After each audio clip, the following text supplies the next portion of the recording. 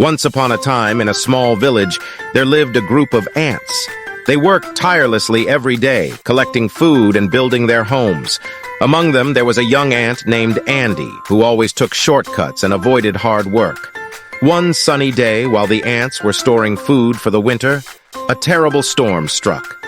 The rain poured heavily and the wind blew fiercely. The ants quickly gathered in their sturdy homes, but Andy was left outside, shivering in the rain.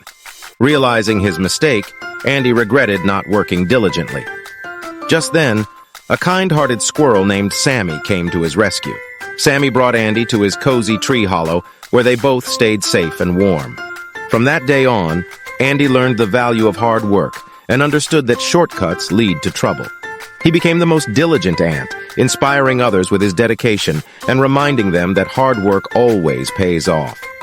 The moral of the story: hard work and perseverance are the keys to success.